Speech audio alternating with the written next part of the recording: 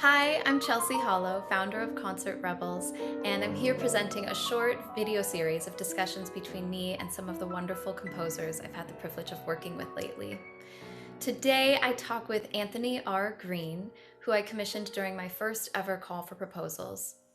At the height of the COVID-19 pandemic, desperate to connect with artists once again, I created this call for proposals with one main criterion: to create an art song or song cycle based on an activist text or theme.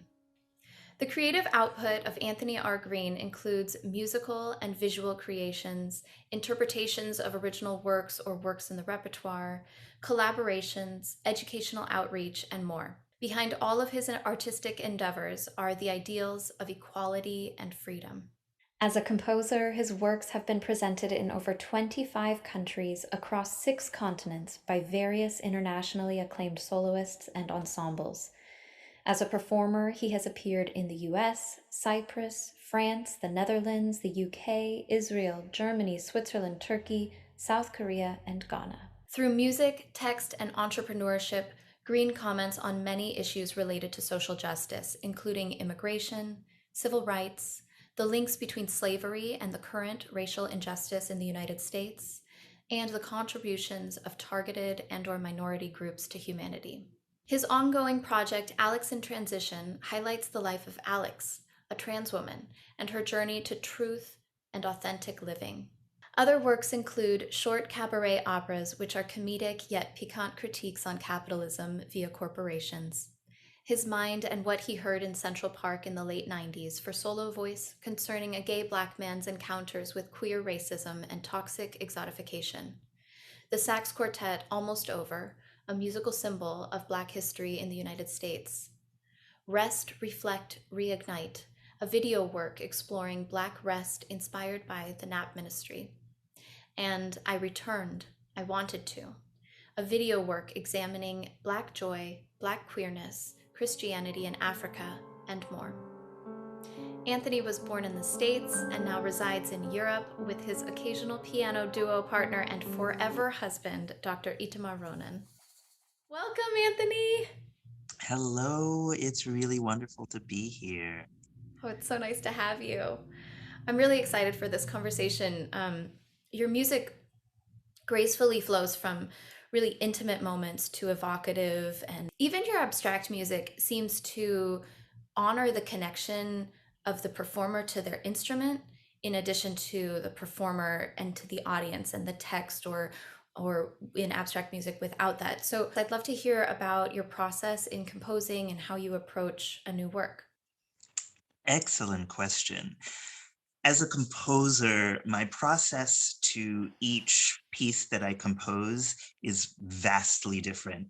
But of course, the commonality with all of this is myself and my own life experience.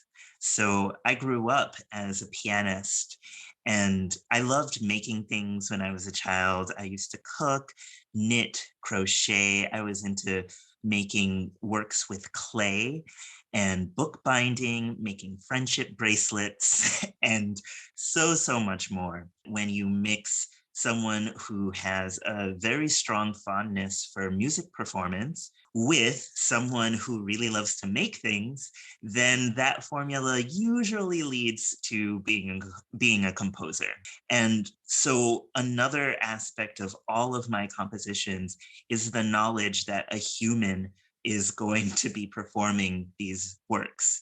And with that knowledge, I try as much as possible to inhabit the body of the performer and write as idiomatically as possible for the performer who will be premiering the piece. So it was very helpful listening to your recordings when I wrote the piece for you and getting an idea of what you could do, which is quite a lot. And I'm just always impressed when I hear your voice and what you do with text. Thank you. That means so much.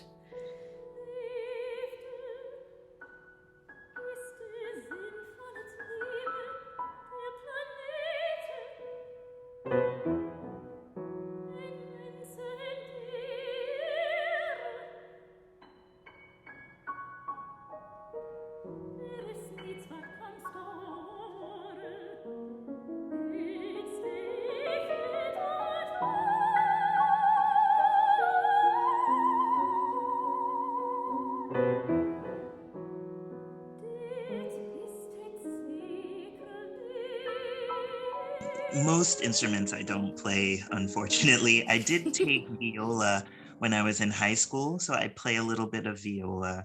And I studied the koto when I was doing a degree that I didn't finish in Colorado. And one of the ways to really get into learning how to write for an instrument is to study the range of the instrument, study how other composers, especially composers who played those instruments, wrote for their instruments.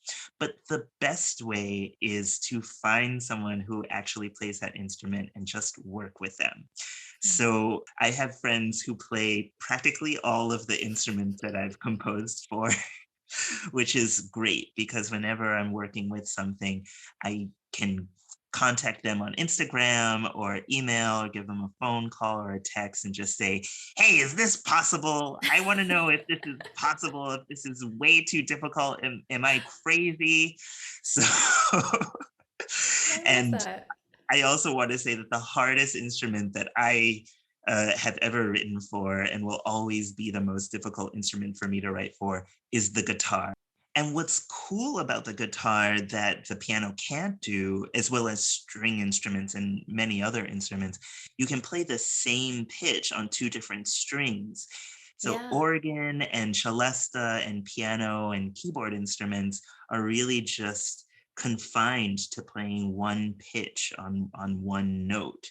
Yeah. And so when you're composing for instruments that can break this limitation, then you have to think differently. Yeah. So yeah, that's what I love about composing in general too, is just being able to think differently. I would love to talk with you about Zachte Krachten. Your proposal really stood out to me because of the hope and the reality that the text suggests that kind of work together. You have the hope that good will prevail, and the reality that there are really sneaky parts in our society that are always kind of bubbling up to the surface. In this time where everything feels pretty dark lately, I'm curious what drew you to this text originally and how you brought those elements out in the music composition. What initially drew me to the text is this solution that is, on the one hand, very simple, very direct, much like the Dutch culture. You know, if you speak to a Dutch person, they'll say, yeah, I'm Dutch, I'm simple, I'm direct. And these are in no way pejorative descriptions. They are very proud of these elements of Dutch culture. So when I read the text of Henriëtte Roland Holst, I was immediately drawn to this direct solution. Love, it's a soft power, and it's the power that will win in the end. It reminded me also of a text by Sojourner Truth, who says that everything that's good doesn't have an end. It's only the Mm. bad things that end.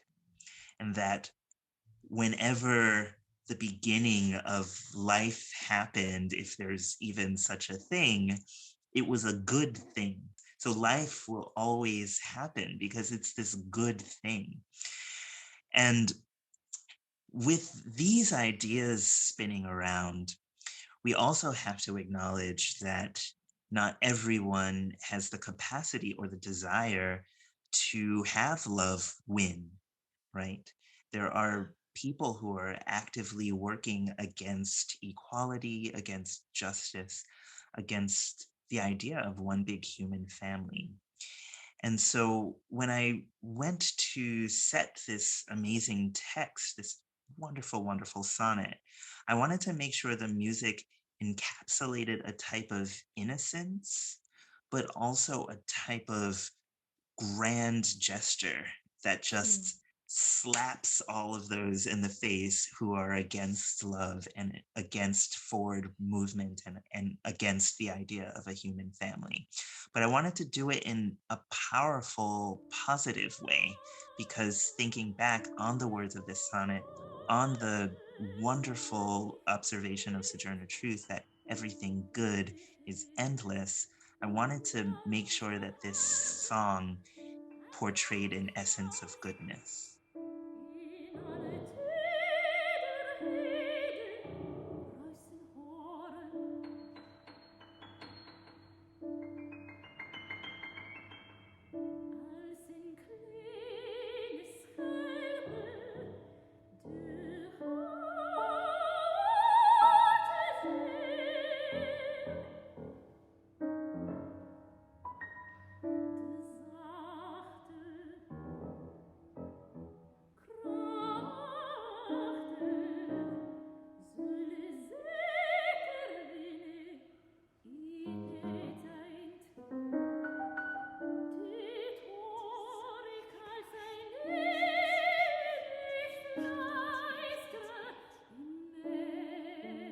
Could you expand a little more on the musical elements? Definitely. Knowing your wonderful, wonderful range and and my never having written for a voice with such a large range, I first and foremost wanted to make sure I wrote a piece that explores all of those sonic elements of your voice. I love the dark chocolatey colors of the lower range, the speech like nonchalant, friendly colors of the middle range, and then, of course, the sparkling and the powerful belting qualities of the higher ranges. So when I first analyzed the sonnet and picked apart which texts I wanted to set in which ranges, I also tried to match the intention of the text with the color of the vocal range.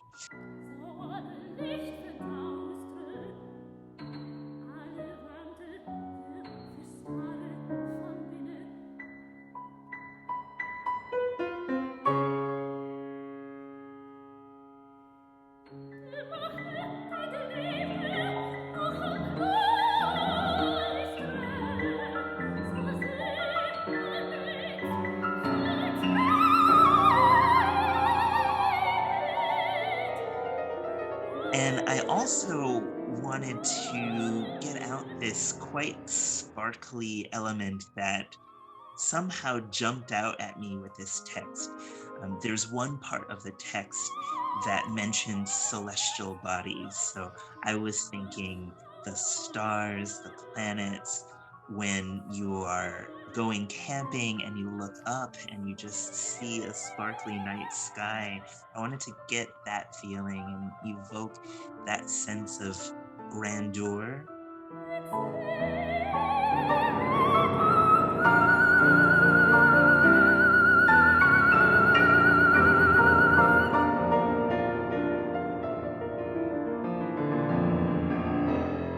Mixed with sparkling imagery in this song. So the song begins with a quite innocent, sparkly gesture. And that gesture then is developed throughout the song and ends the song altered, but still with a sparkling quality. And then the last element was there's a wonderful word that I love in Dutch, and it's fluisteren, and that means whisper. And it's such a sibilant and impressionistic word. You know, when you hear fluisteren.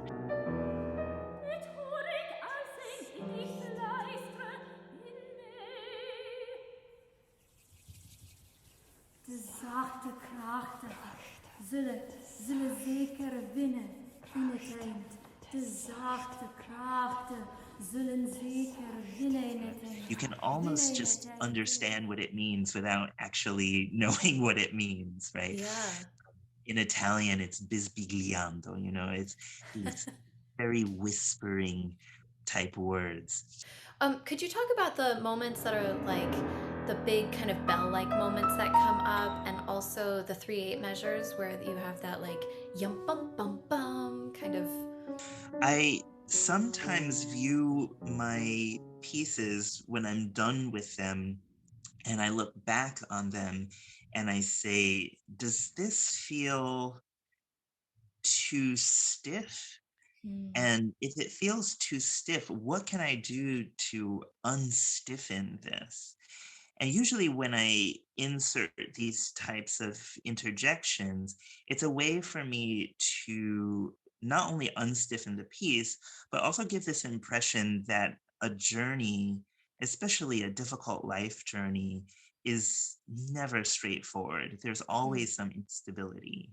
Yeah. And so I wanted to incorporate these types of interjections to encapsulate that instability, but also to get across an idea that even though there is instability, it's manageable. Mhm. And so if we can just acknowledge that instability, then we can prepare for it and we can get through it. I'm gonna pivot away from this and God, I loved your article, What the Optics of New Music Say to Black Composers. I wrote down a couple quotes that just really stuck out to me.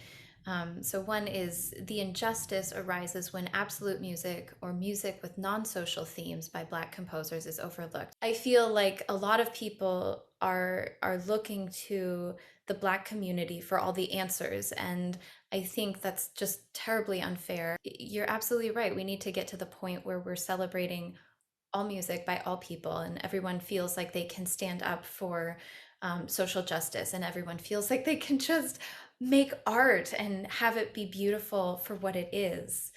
Um, and so you laid out this amazing map for how individuals, performance and audience members, and ensembles and presenters can actively incorporate more Black artists. And I just want to amplify it here. I have zero audience, but if this gets to anyone, I just want to amplify your message. So your steps are here.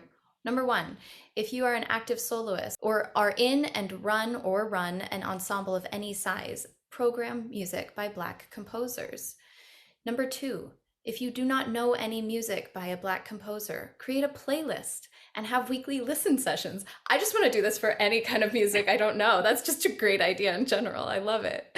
Um, Number three, share what you know and what you have learned about Black composers. And again, that can be anywhere. That can be like retweeting someone, that can be sending it to a friend or someone you know who's in charge of programming. You could play it at your dinner party, which we don't have anymore, but soon we will. Demand more. This is number four. Demand more from your musical sources. I love this one. Write to your favorite ensembles and channels and stations. Ask your teachers to include more music by Black composers in the theory classroom. So important. In the history classroom and in your private lessons. Absolutely. Number five, support Black composers and the soloists, organizations, and ensembles that programs their music. Absolutely. Number six, when a Black composer is expressing a grievance, listen with all you have. I just think, it's just such a gift that you've laid it out so clearly, so simply, with steps that are like exciting to just jump into. Who would not want to do any of those? They're just very beautifully written. It's such a gift. And I just want to thank you for taking the time to do that. Well, thank you. Yeah, these steps, most of them came out of what I did naturally when my co-founder and I created Castle of Our Skins. And for those watching who aren't aware, Castle of Our Skins is a Boston-based concert and education series, and we're dedicated to celebrating Black artistry through music. So in 2013, when we co-founded this, between the two of us, we couldn't name more than 8, 9, 10 Black composers, and both of us are Black. And we had graduated from some extremely prestigious universities internationally. So we were embarrassed. And over the years, we followed many of these steps. Of course, I could have added 30 more steps, but Yeah. I think this is a really good foundation just to expand your knowledge. And as you put it, you can do this with queer composers, with indigenous composers, with women composers, with disabled composers. There's just so many composers writing great music who are left out of the concert halls. And it's about time we, as individuals, apply this type of programming justice and awareness justice to all of those composers who weren't given a fair share to express who they are. Yeah, I think that's beautiful. In the article, you also mention, quote, if the optics of new music are sending unwelcoming messages, then the next generation of would-be Black composers will most likely not pursue composition, end quote. And I totally agree. I feel like in our industry, the more we orbit and define our industry by the same minority of old white male composers, the more we just hemorrhage talent. I'm curious what advice you have for young performers and composers to traverse this and to support each other. I would say just to always keep your ears and your eyes open. Sometimes when we are digging into the things that we have to do as musicians, as individuals, as taxpayers, as citizens, as neighbors, as parents, as family members, as house maintainers, as sanity trying to maintainers, we get so focused on checking off the boxes of what we have to do on a day-to-day basis.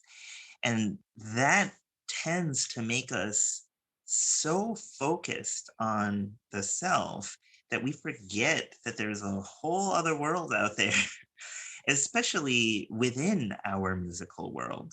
So as musicians, if, for example, you're an orchestral violinist and you play for 3 different community orchestras, you're practicing music lots of times by yourself in a room until you practice the same things in another room with a couple of people. And I've heard that in orchestras, sometimes the violinists won't even speak to the brass players because they're so far away and they're so concerned about starting and ending in a very specific time because they don't want to go over union time and stuff like that.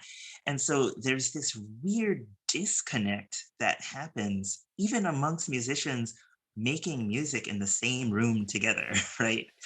So it's just very important to always keep in the back of our minds that we need to keep our ears open, we need to keep our eyes open. And if someone is calling our name, if you see something that's wrong, then it's your responsibility to respond to it.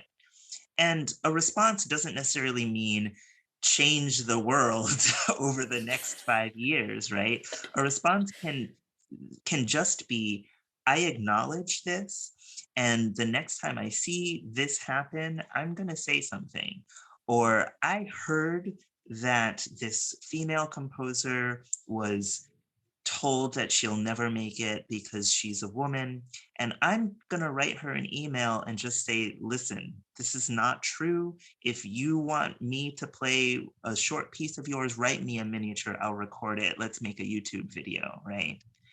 So there's just so much we can do to support each other that doesn't involve lots of money, lots of time, and convincing hundreds of thousands of people to change their attitudes, right? It could be as simple as a direct message on Twitter or Instagram, simple as sharing a video of a creator on Facebook, simple as writing a letter to a radio station and just saying, hey, I know this extremely wonderful performer, this extremely talented composer, they have this audio, I would love for you to share it, write a blog about it, do something.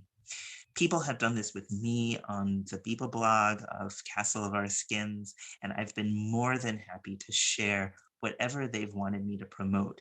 And Castle of Our Skins is actively promoting local creators, Black artists across the world, and reaching out and trying to form these relationships and doing very simple things to just amp up the amount of equality. So imagine if Castle of Our Skins, our efforts were just multiplied across the numerous musicians that exist in the world.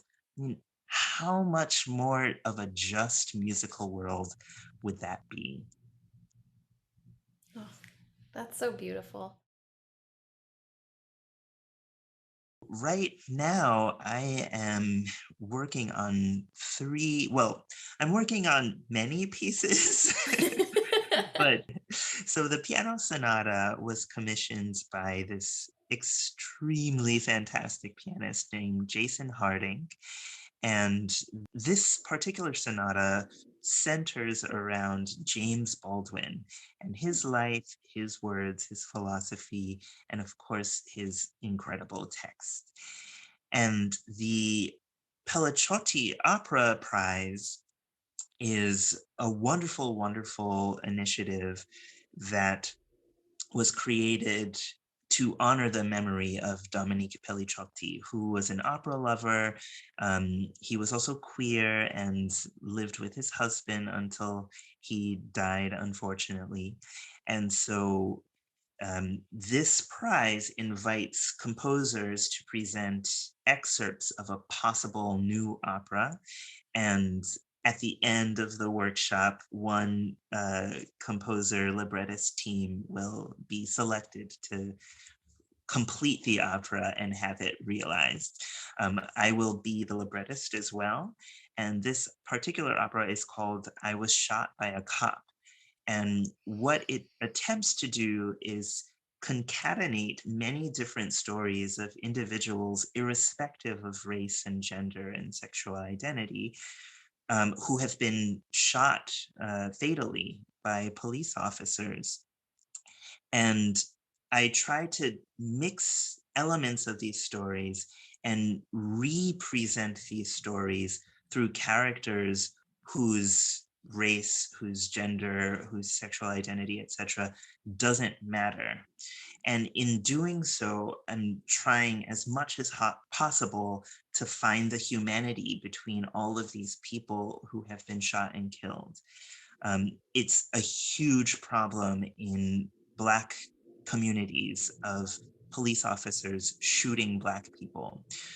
I also just want to acknowledge in this opera that Black people aren't the only ones being shot by police officers. In general, this problem is much bigger than we can control.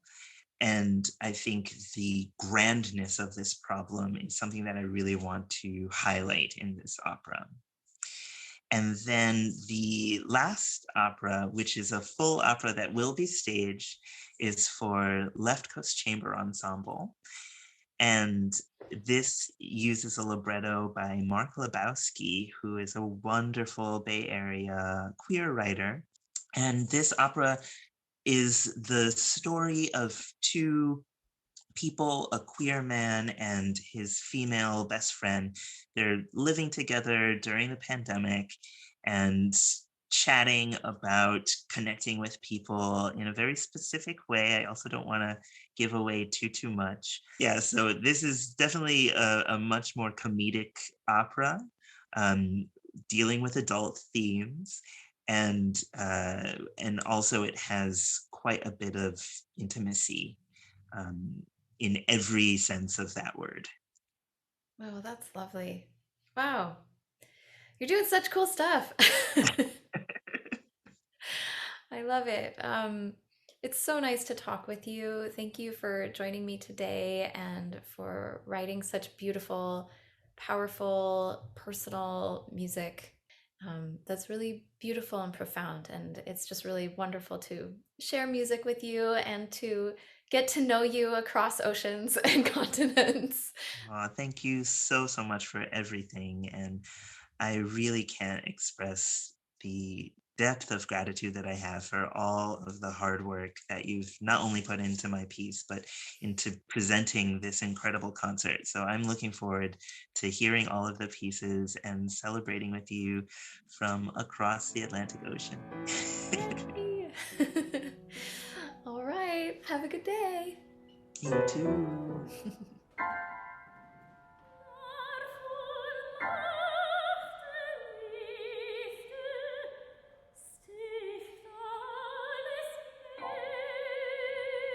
Zachte